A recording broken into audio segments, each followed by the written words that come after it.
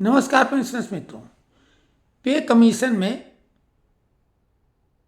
Fitment factor क्या होगा, इससे ज़्यादा महत्वपूर्ण कोई भी बात नहीं है जो हम लोग जानना चाहें।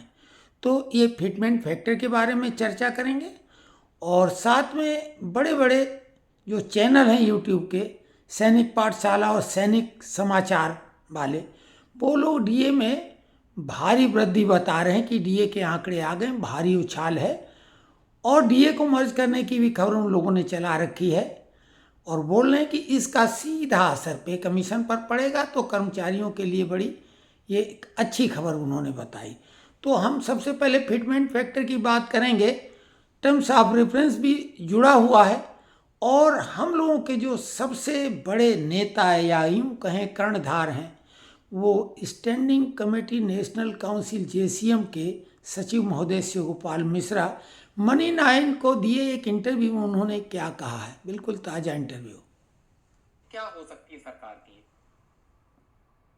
देखिए, सरकार की अप्रोच क्या होगी ये तो मैं नहीं जानता हूँ, क्योंकि सरकार की अप्रोच तो हर बार कुछ न कुछ नए तरीके से हो जाती है जी। लेकिन हम जो साथी हैं जेसीएम स्टाफ साइड के, उन लोगों ने आपस में बैठ करके बातचीत की है इस बारे में। हालांकि हम लोगों ने अभी ये तय नहीं किया है कि सरकार को फिटमेंट फैक्टर के बारे में हम लोग क्या जो है वो फिगर देने वाले हैं, उस पर कोई तय नहीं किया। लेकिन हम लोग ये बात जरूर कर रहे हैं कि भाई ये जो फिटमेंट फैक्टर डॉक्टर आर्काइव फार्मूले के अनुसार बाबा आदम के जमाने से चल रहा है, उसमें परिवर्तन की आवश्यकता है। क्योंकि उस जमाने में लोग खाली जलेबी खाते थे, आज के जमाने में बच्चे जलेबी खाते नहीं है। उस जमाने में जो है वो एक जो है वो उस जमाने में अंडरवियर बनियान से लेकर के कमीज और पैजामा तक जो है वो एक ही कपड़े का जो है वो सारे परिवार को बनवा दिया जाता था, लोग पहन लेते थे। आम के कपड़े से अभी किसी बच्चे को आप जो है वो ले जाइए और उसको कोई ब्रांडेड के अलावा कोई चीज पसंद ही नहीं आती है। डाटा तो कभी था ही नहीं, जीबी डाटा जो है वो कभी था ही नहीं। आज सबसे ज्यादा जरूरी जो है वो ये डाटा हो गया है। तो सवाल इस बात का है कि अब फिटमेंट को तय करने के लिए हमें जो नई चीजें हैं उनको सामने रख करके इसको बनाना पड़ेगा। और ये हम लोग सब उस पर आपस में बहस कर रहे हैं, बातचीत कर रहे हैं।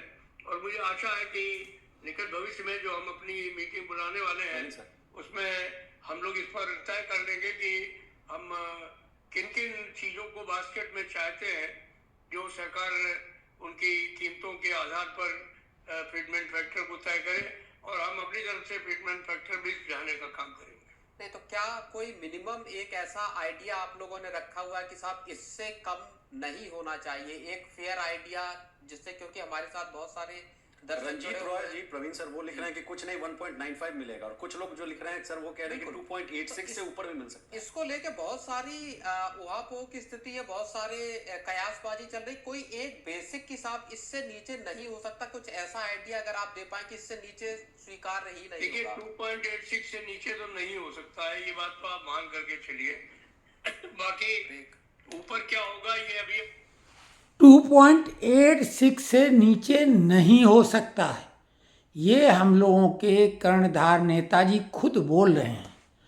अब नेताजी से ये कहा जाए, ये बिल्कुल क्या कहें, हालांकि बड़ा उदाहरण नहीं तो हम महात्मा गांधी का देने वाले थे कि उन्होंने बोला था कि देश का बंटवारा नहीं होगा और देश अगर बटेगा तो हमारी लाश पर बटेगा। शिव गोपाल मिश्रा जी 2.86 फिटमेंट फैक्टर, ये ख्यालों वाली बात हो सकती, ये असंभव है, हो ही नहीं सकता।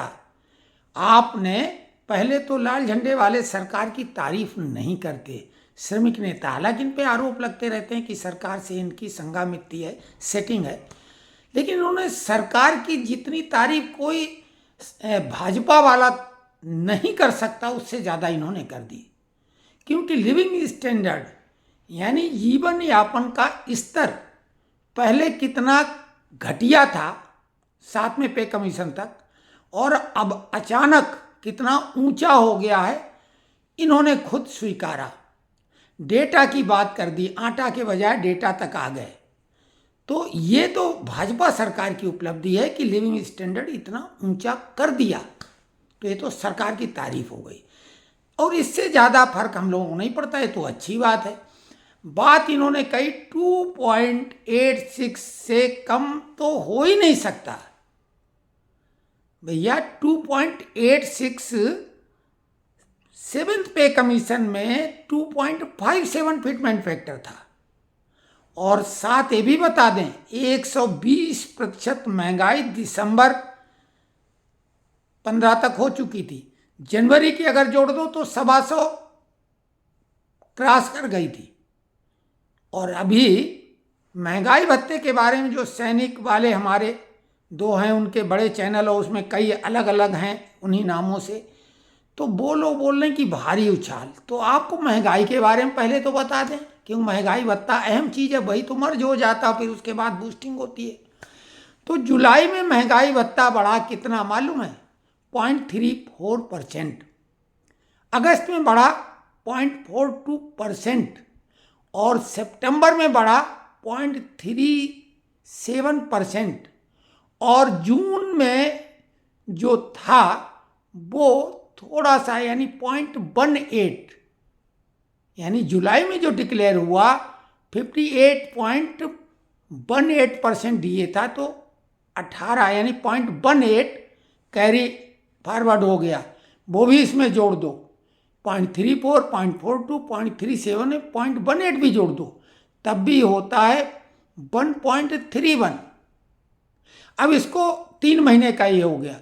अगर डबल कर दोगे तो हो जाएगा 2.62, वो भी 0.18 पहले का कैरी फॉरवर्ड। हमने आपको बहुत पहले बता दिया था कि जनवरी के महंगाई को हमने कहा था 0 हो जाएगा, वो तो हो ही जाएगा, लेकिन चलो ये बढ़ेगा भी, तो हमने कहा था 2%। और जुलाई 2026 में हमने कहा 1% से अधिक नहीं बढ़ सकती, क्योंकि आपको मालूम है प्रधानमंत्री इंदिरा गांधी, उनको कहा गया था she is only man of the parliament. सोच लो कितनी बड़ी बात। और Indira is India, India is Indira, Devkant Barua ने कहा था। महान नेता माना जाता है।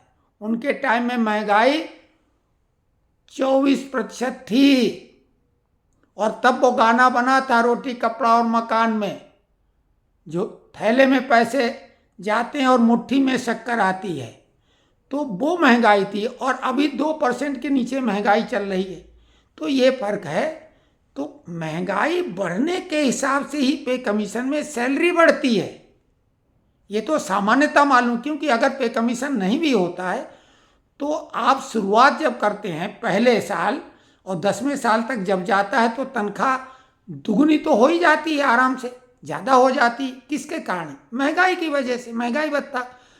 तो जब महंगाई भत्ता ही नहीं बढ़ा है, बेसिक के इर्द गिर्द भी नहीं पहुंच पाया है, तो 2.57 जो मैक्सिमम महंगाई के समय फिटमेंट फैक्टर था, वो संभव कैसे होगा? आप तो कई कदम आगे बढ़ के 2.86 की बात कर रहे हैं, वो भी ये कह रहे हैं कि इससे कम तो हो ही नहीं सकता। भैया झुंझुना क्यों ऐसा बजा रहे हो? फिर कौन सा बहाना ढूंढोगे?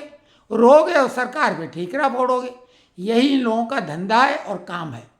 और अंदर खाने ये जो बहस यहाँ तरह तरह की बातें करते हैं जुगाली लेके, ये नेशनल काउंसिल जेसीएम की बैठक में मिनट्स में ऐसी कोई बहसबाजी तो समझ में आती नहीं।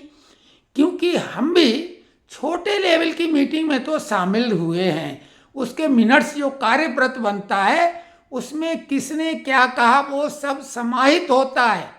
हमारे निर्माणी के अगर मिनट्स उठा के देखे जाएं तो उसमें हमारा नाम कितना दिखेगा वो तो हमारी निर्माणी वालों से पूछ लिया जाए, जो जुड़े हैं वो तो जानते ही होंगे, नहीं जानते तो जाके रिकॉर्ड निकलवा के दिखा लें। यही नहीं, टेक्निकल मीटिंग मेडिकल वाली जिसमें हम लोग रिप्रेजेंटेटिव थे, तो भाई सवाल पूछो और तार्किक होना चाहिए। हवाई डिमांड क्यों करते हो और झुंझुना क्यों बजाते हो आप मजदूरों के सामने बहलाने के लिए, जो आपके बस का नहीं? क्योंकि आपने तो कह दिया 2.86 से कम नहीं होगा, तो दम है लेके दिखाओ, बहुत अच्छी बात है। लेकिन हमने आपको बोला था कि 2%, हमारा व्यक्तिगत आकलन था 1.98। जो पूर्व वित्त सचिव है उन्होंने एक ने बोला था 1.92। हमारे मित्र वर्ग जो अभी भी वर्किंग है उन्होंने एक पिक्चर बनाया था, एक टेबल बनाई थी, एक चार्ट बनाया था, उसमें उन्होंने 2.28 मैक्सिमम आकलन करके उसे जारी किया था। तो ये वास्तविकता है। मनगढ़ंत कहानियां, नेता लोग इंटरव्यू दे रहे हैं, मजा आ रहा उनको। अब वो क्या, क्यों, कैसे, वो तो जानो, लेकिन साफ सुथरी बात जो हम कर रहे हैं ये है कि 2 यानी डबल बेसिक या डबल जो बेसिक पेंशन है उसकी उम्मीद रखो। उससे ज़्यादा की उम्मीद रखना बिल्कुल उचित नहीं होगा। नेता लोग बढ़ चढ़ के बातें जरूर करते हैं, लेकिन अगर इतने ही दमदार होते तो कम्यूटेशन इन्होंने अब तक क्यों नहीं करा लिया? 18 महीने का डीए एरियर क्यों नहीं दिला दिया? नोशनल इंक्रीमेंट जो कोर्ट से लिया लोगों ने लड़के, उसको क्यों नहीं दिला दिया? कई सज्जन बोलते कि ये है और वो है। हम तो ये कह रहे हैं कि भाई आए दिन हड़ताल की घोषणा ये लोग करते हैं, उसमें कई कर्मचारियों को दिक्कत भी आ जाती बेचारों को। जहाँ ओवर टाइम चलता है उनका हफ्ता ब्रेक हो जाता है, और कईयों को चार्जशीट मिल जाती है उद्दंडता ज़्यादा कर जाने वालों को। कईयों की इसमें नौकरी जा चुकी स्ट्राइक के चक्कर में। तो उसके अलावा उपलब्धि क्या, इन्होंने क्या फर्क डलवा दिया? ज़्यादातर फैसले तो कोर्ट वाले होते हैं। जहाँ तक शिव कुमार साहब ने बोला, अन्य कुछ नेताओं ने नकारा साहब का नाम लिया, डीएस नकारा साहब, तो वो अधिकारी से सेवानिवृत्त हुए, उसके बाद भी पेंशनरों के लिए उन्होंने फाइट की, उन्होंने भी कोर्ट से फाइट की। और कोर्ट ने, सुप्रीम कोर्ट ने ये बात कही कि पेंशन हमारा अधिकार है, राइट है, ये कोई अनुकंपा नहीं है। ये सुप्रीम कोर्ट ने नकारा साहब के प्रयास के बाद कही। तो इसमें भी कोई श्रमिक नेताओं का तो रोल नहीं है। और उसके पहले पेंशन हमेशा के लिए बिक जाती थी, हमेशा के लिए चली जाती थी, जितनी हम बेचते थे। अब कम से कम 15 साल के बाद आने लगी है। तो खैर, आप कमेंट्स में लिखिए वीडियो कैसा लगा। वीडियो थोड़ा लंबा हो गया है, लेकिन आवश्यक आज था, क्योंकि हमारे नेता लोग इंटरव्यू दे रहे हैं। लेकिन इंटरव्यू केवल वो अपना कि हम तो इतना दिलाना चाहते हैं, दिलाना दिलाओ ना भाई फिर।